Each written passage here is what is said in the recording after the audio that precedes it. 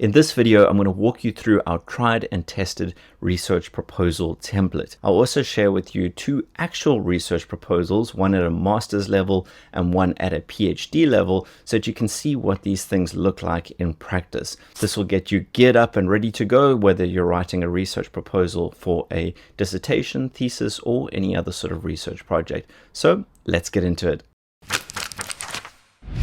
Hey, Derek here from Grad Coach. If it's your first time here, the Grad Coach channel is where we cover all things research related so that you can approach your research with confidence and competence. This particular video is based on an extract from our popular online course, Research Proposal Bootcamp. If you're new to research or to formal academic research and you're busy working on a research proposal, you'll definitely want to check out that course. To say thanks for watching this video, we've included a special coupon, a special offer for you, and you can access that using the link in the description below this video. As I mentioned, in this video, we're going to be looking at two sample research proposals, well, actual research proposals, but we're using them as examples in this video, as well as our tried and tested research proposal template. You can access all of those from the Grad Coach website, and we will include a link to that again below this video. In terms of structure, first we're going to look at the proposal template itself and walk through the sections so that you have an idea of what needs to go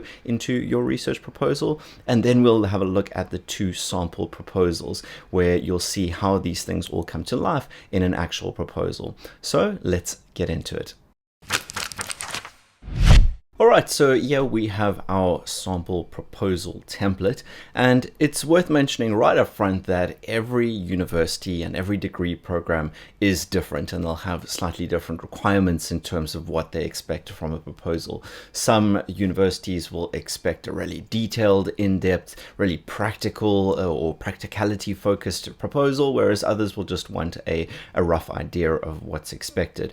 In this template, we basically follow a standardized structure, which is the most common one. So just keep that in mind, is that every university will differ in terms of their expectations. And if your institution has provided you with a template, certainly that supersedes what we're going to discuss here. Nevertheless, you should get a lot of value from this discussion regardless, because there are very generic components that go into most research proposals.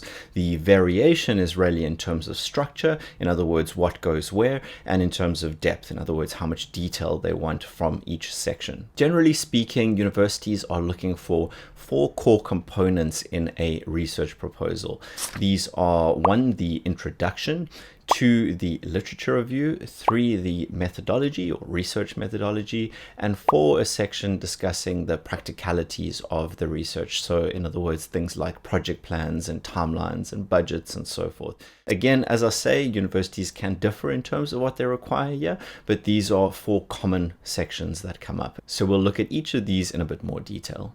So first up, we've got the introduction section, and generally the introduction section, what you'll start with is a discussion of the background and the context. So the background and context is really where you lay a foundation for your reader to understand where your study is coming from. So yeah, you'll want to lay out things like any specific terminology, any jargon, and any concepts that a reader needs to understand in order to really get what your study is about. Remember, when you're writing a research proposal, and even generally when you're writing your dissertation or thesis, you're writing for the intelligent layman, so someone who's not an expert in your field, and so you need to explain concepts before jumping into them and really getting into a deep dive. So that is what the background and context section is about. From there, you'll usually move on to a discussion of the research problem or the problem statement. And this is where you really talk about what problem your research is going to solve. What hole are you going to fill that's currently not being filled? And so I'm not going to go into detail here. We do have a comprehensive blog post on the Grad Coach blog that explains what the problem is about, or what the problem statement is about, or the research problem is about, how to structure those things. So we'll include a link to that below. But what's important is that you outline your problem statement. From there, we'll usually move on to the research rationale. And the research rationale is really about justifying why it's important to solve this problem that you've just laid out. So you've laid out a problem previously, you've laid out your research problem, and the research rationale is saying, okay, if I solve this problem, who will it benefit and how will it benefit them? And so this is where you want to clearly explain what value your research is going to create. And that might be for practitioners, it might be for the research field itself, but regardless, whoever's going to benefit from this and whoever's going to derive value from this problem being solved, this needs to be explained here. So this is about justifying why your research is important, why it's valuable. From there, you will usually move on to a discussion of your research aims. And this might be research aims, research objectives, and research questions. If all of this terminology seems a bit foreign to you, then be sure to check out the blog post that we've got on the Grad Coach blog that unpacks all of this. But essentially, what you're doing now is you've laid a bit of an argument down. You said, okay, there's a research problem in terms of X, Y, Z, and solving that research problem would create a lot of value. But in having that discussion, you've probably spoken more broadly about a broad area where there's a problem, where there's a lack of knowledge. And of course, your study isn't going to be able to go particularly broad. You're going to have to focus and narrow down into one area. And so the research aims and the research questions section is where you're going to say, okay, we've laid the land in terms of what the problems are, but this is where my study, this is where this research, this particular piece of proposed research is going to focus. So this is really about getting a clear focus. Now, it's worth saying that this section, the research aims section, might be placed in a different location, and that location is typically towards the end of the literature review, which we'll discuss next.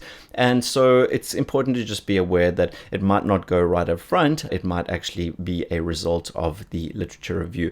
And so we'll get to that in a little bit, but that's just something worth noting. Beyond that, still within the introduction section, we've got a little section here called Other, and that's just to acknowledge that you may have, depending on your university, they may have some other things that they want you to discuss here. So just keep that in mind, that what we've outlined here is a generic approach. Your university might require some other bits and pieces. So moving on from there, we get to the second section of a typical research proposal, and that is the literature review, sometimes the dreaded literature review. So again, a caveat here is that the level of depth and the expectations around this section will vary from university to university. So be aware of that. But if there's any indication of what word counts they're looking for, pay attention to that, because some universities, some programs will require a really extensive literature review that you could almost transplant into your final dissertation thesis, and some will just require a fairly basic overview literature review where they just need to assess that, okay, cool, you've done some reading and you have an understanding of the research area. At Grad Coach, we tend to break the literature review down into three sections, which you'll see here: the theoretical framework, the empirical research, and the research gap. The theoretical framework is really your foundation of theory. That's where you're going to outline the core sort of theoretical base on which you're building your research. The empirical research is research that is evidence-based, so that's where you're talking about what studies have found in relation to your specific research questions in the past.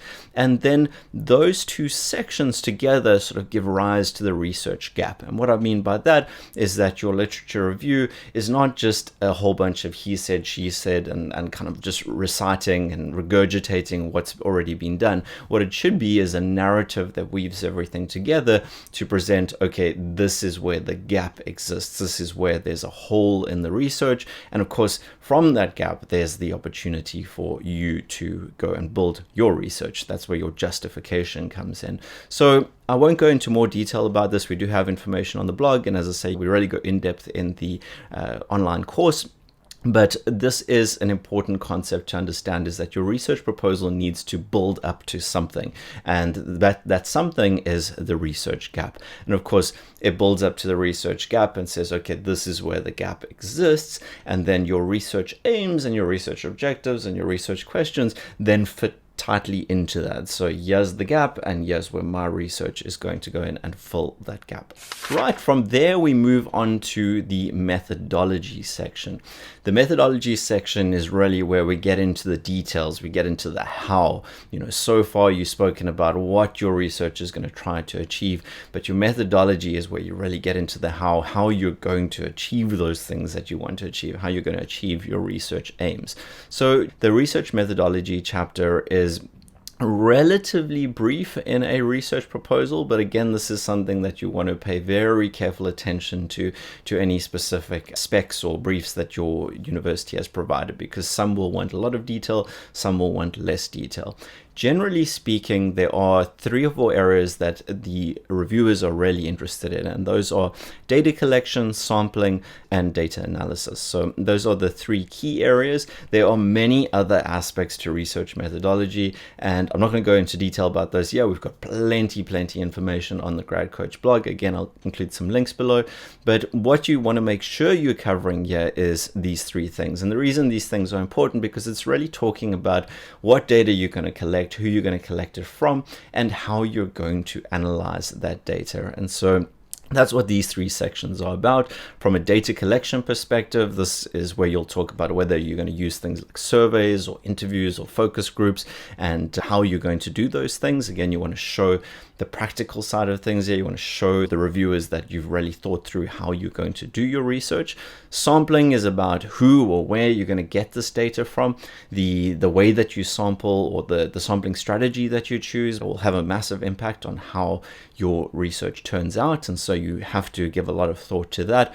And if you're not too sure about sampling, we've got a great blog post and a video about that on the Grad Coach blog. And then data analysis. How will you analyze all this data that you have collected? So if you're going the qualitative route, which methods will you use? Are you going to use thematic analysis? Are you going to use discourse analysis? Which methods are you going to use? And if you're going the quant route, what sort of statistical analyses are you going to put your data through? So those are really important things to consider and things to outline here.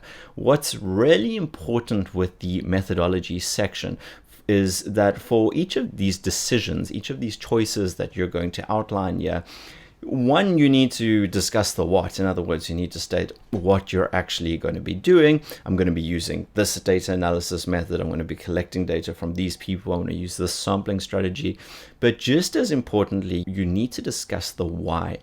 In other words, you need to justify why you have decided to choose each of these choices that you've made. And that's really important, because this demonstrates that you know what you're talking about in terms of the design of your research, in terms of the theory that underpins good research, in terms of making sure that your results will be valid and be reliable and so forth. So I won't get into the detail of all of that. Again, we've got loads of content on the blog. But what's important to remember in the methodology section is that you discuss the what you're going to do, and equally important that you discuss the why. In other words, why have you chosen these things? And that's something that students often slip up on, and it really costs them marks. So remember both the what and the why. So then moving on to the final section of the proposal is what we call the practicalities section. And the need for this section will vary quite a bit depending on what program you're applying for and what the nature of the proposal is, whether, if this is an application just to get into a degree program, or if this is a proposal for an actual dissertation. And so there will be a varying degree of need for detail from university to university. Some won't have any need at all, but many times they do require this information. And if they do require it, you really need to do it well. And so it's something that we've included in this proposal template. So what I mean by practicalities is, you want to basically show what's your plan of action for the entire research project, be that a dissertation or thesis or whatever it may be. So this is about project planning, this is about risk management, this is about budgeting and timelines and so forth. So again, the expectations will vary quite a bit from institution to institution, but the things you'll generally want to outline here are your sort of project plan. What are all the steps that are going to be involved in your process? So everything from the initial reading of literature through to interacting with your supervisor, all those sort of step-by-step components. You want to outline what are all the things that you're going to to do, what are the timelines associated with that, and how does that all fit into a master plan and a master timeline that's acceptable to your university. So you want to show that, okay, if you've got 3 months to do this dissertation, or 6 months, or however long it is, this is what each week is going to look like there. And a great tool in this respect is a Gantt chart. We have a Gantt chart available within Research Proposal Bootcamp, the online course that I mentioned, but you can also have a look online. There are a few different options, but a Gantt chart is a great way to visualize your project plan, not only to your reviewer, but also to yourself. And it's quite a nice way to ensure that every week you can kind of tick things off the list and see your progress visually.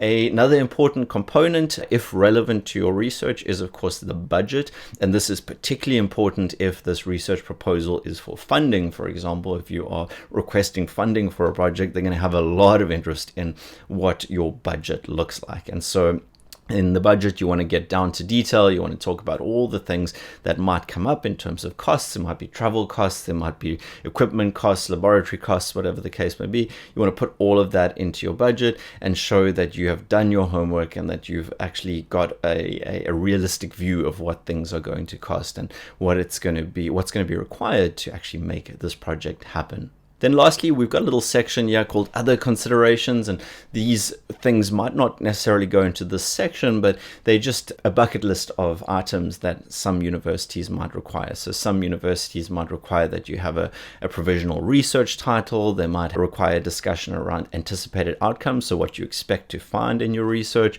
They might have a requirement for a dissemination strategy. In other words, how will you disseminate your findings to the research community? They might need an executive summary or an abstract, and they might also want a personal statement. So this isn't an exhaustive list per se, but it is a list of bits and pieces that you might want to consider including in your proposal. And certainly if your university specifically requires it, then definitely do include.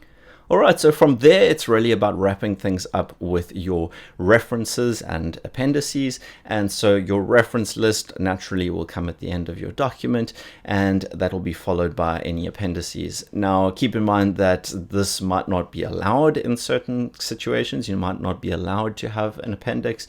And in certain situations, it might be expected that you have an appendix. It might be expected that your project plan and your Gantt chart goes into the appendix. So keep that in mind, is that the structural requirements will vary from university to university. With regards to the reference list itself, you definitely want to make sure that, one, you are using whatever specific referencing format your institution requires. So Harvard, MLA, APA, you want to make sure that you know exactly what they require and that you're using that. And two, you want to definitely be using a reference management software. In other words, don't try to handle your references and citations manually. Don't try to be typing them in Word. You need to use a reference manager. Two free options that we typically recommend are Mendeley and Zotero. We have video tutorials for both of those on the Grad Coach blog, so we'll include the links to those. But whatever the case may be, you don't have to use those specific ones. Perhaps your institution actually dictates what you should use. Whatever the case may be, make sure that you use a system, because you cannot rely on handwritten references. They're just there's bound to be errors, there's bound to be issues. So that's something to be aware of. Okay, so now that we've had a look at the research proposal template, let's look at two actual sample proposals. Well, these are real proposals, but we're just using them as samples in this video. So we're going to look at two sample proposals, one being a master's level, one being a PhD level proposal, and we're going to see how all of this plays out. Of course, these proposals don't follow the proposal template 100%. In fact, they actually are intentionally. We've chosen them because they're a little bit different, but nonetheless, you'll be able to see what a proposal looks like and how this all comes together in terms of what we've just discussed. So first up, we've got this proposal which speaks about the role of, or potential role of, social media to improve agility in certain types of supply chains.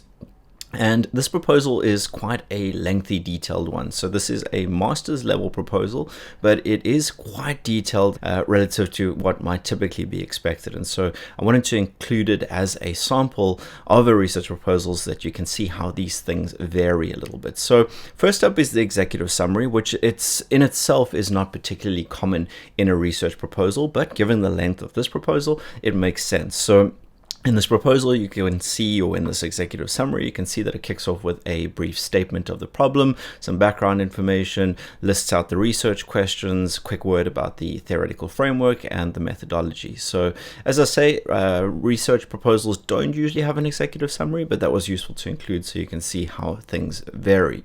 So then on to the introduction, which now follows a similar format to what we spoke about in the proposal template. So you can see it kicks off with a background of the study, provides a bit of contextual information, and then speaks about the research problem, so laying out the problem with the current state of research, and that would obviously then lay a foundation for what this proposal is going to propose in terms of the study that the student's going to do.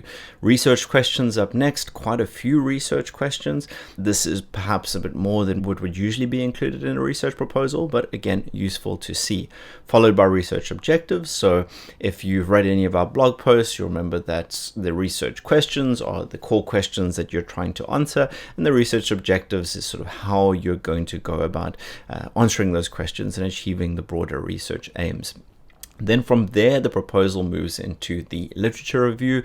Given that this is quite a hearty proposal, the literature review is quite detailed, includes some figures, includes some tables a bit later, if I recall correctly. Yeah, so here's a table over here.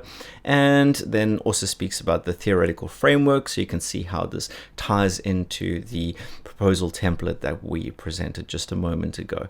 And then the discussion moves into the significance and importance of the study, as well as the justification. So this is talking about why is this important? Why is this a valuable thing to research? And so that is something that we originally spoke about in the proposal template under the label of rationale and justification. And so you can see how things can be ordered a little bit differently depending on what the university's requirements are, or sometimes just in terms of what narrative makes most sense, and that's completely fine. But nevertheless, there is a need within a research proposal to clearly articulate what the importance of all of this is. Remember, the core function of a research proposal is to convince that reader, convince that reviewer and marker, or whoever's going to be approving this thing, that this is important, that this is worth doing. You know, research requires investment, whether that's investment in terms of time or money or resources. It's still an investment, and so you've got to make it clear why this is worth doing, why this is important. And so that's very nicely outlined there. Then we move on to the research methodology. So again, following the same sort of core structure as in the research proposal template: introduction, literature review, methodology. This kicks off with a discussion of the research paradigms, which were not included, or that section was not included within the proposal template that we spoke about, but it is something that's quite common within the social sciences, and so that's something that might be required. So then from there, it moves on to talking about the target population and the sampling strategy, sampling method, sample size, then data collection, what data is going to be collected, how is it going to be collected, data analysis, what's going to be done with that data once it's collected, quality control, how to make sure that the data that is collected and analyzed is actually suitable. And so you can see that this gets into quite a lot of practical detail, and this is great. This is what you want within a research proposal, especially around the methodology section. What are the fine details that you're going to implement within your methodology? We then wrap up with the ethical considerations and the limitations of the study. Ethical considerations often come into play, or almost always come into play, when we're dealing with human subjects or perhaps animal subjects, participants, and this is something that you really want to pay attention to before you start writing up your research proposal, and arguably even before you decide on a research topic. You want to have a clear understanding of what are the ethical requirements from your university, because those will restrict what you can and can't do, and they will in many cases create complexity in terms of how you can handle things. And so you want to really understand what the requirements are, what the expectations are, because those aren't negotiable. You're not going to be able to, no matter how brilliant your research project is, your proposed project is, if it's against the ethical requirements of the university, you're wasting your time writing this proposal. So pay attention to those components. Then the study or the proposal wraps up with a reference list. You can see that this is a well-formatted reference list, and then moves on to the appendices. So one thing you might notice is missing from this discussion or missing from this proposal is the practicalities component, so the fourth part of the research proposal template that we spoke about. And as I said, this is a demonstration of how much variance you can see from university to university. Here you've got a really detailed research proposal, really in-depth, lengthy research proposal, but no discussion about the practicalities, and that would just be a result of, well, the university is not too interested in those components at this point in time. So just a great way to see the variation between different proposals and different universities. Next up, we've got this research proposal. This is a PhD level proposal, and it's looking at the effect of different types of spaces, so blue, green, and urban spaces on stress levels in adults. And it kicks off with the research problem. So you'll notice here, there isn't a introduction section per se, although this research problem discussion is covering a lot of the same ground as what we discussed in the introduction section of the proposal template. So laying out the problem. Of course, all research starts with a problem. You need a problem to solve, otherwise there's no reason for you to do it. And so this proposal kicks off by speaking about the research problem.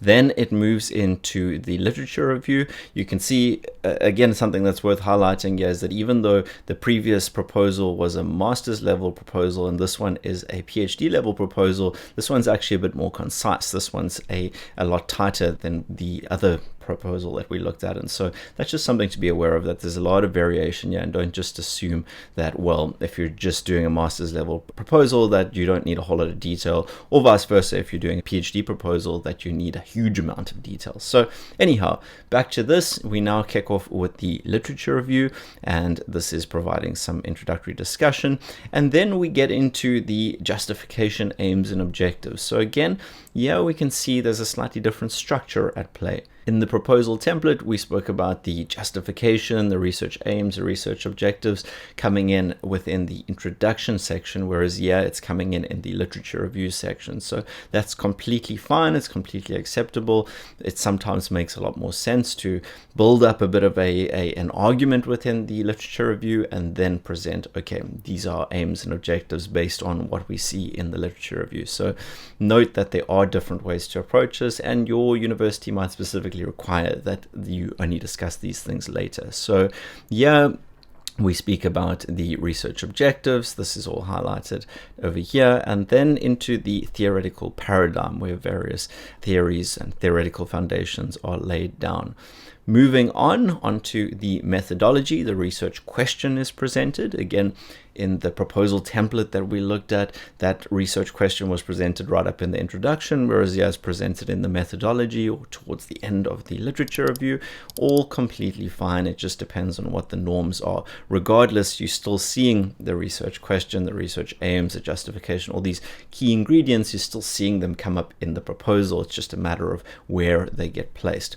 So the methodology kicks off with a discussion about the design, the sampling, then onto measurement instruments, which is a matter of data collection based on what we spoke about earlier in the template, and then the data collection procedures themselves, what will be done, how will the stuff be collected, data analysis, different types of assessments that will be used, and then again, ethical considerations. So what this proposal has in common with the previous proposal is, of course, a discussion of ethics, and that's because both of them were assessing what's happening with people and would involve people in the data collection process. And so discussion of ethics is really important, especially when it's psychological research. Then this proposal wraps up with a reference list. If I'm not mistaken, there's no appendices to this one. Yep, there's nothing on this. And so again, what we see here is no real discussion about the practicalities regarding project plans and timelines and budgets. And that's okay if that's not expected, which obviously it wasn't expected for these proposals, because both of these proposals were accepted by the university, then that's okay. But it's just something to be aware of, that there may be an expectation in that regard. So as you can see in these two sample research proposals, the exact shape that your proposal will take will vary from university to university. And so it's really important to pay a lot of attention to any briefing documents that your university provides you with. What you also want to do, if at all possible, is to try and get your hands on some previous research proposals from your specific research program or degree program. This will really give you a very, very clear idea of what the norms are within your university and more specifically within your research program. So there you have it, a comprehensive research proposal template, as well as two research proposal samples that you can use to get a clear idea of what exactly a good research proposal looks like in practice. As I mentioned, if you are new to research and you're busy crafting your research proposal, you'll definitely want to check out our short course Research Proposal Bootcamp, which gives you everything you need to get started on your research proposal. Alternatively, if you are looking for hands-on support, be sure to check out our private coaching service where we work with you one-on-one to hold your hand through each step of the research journey. If you're interested in that, you can learn more and book a free consultation over at gradcoach.com. So until next time, good luck.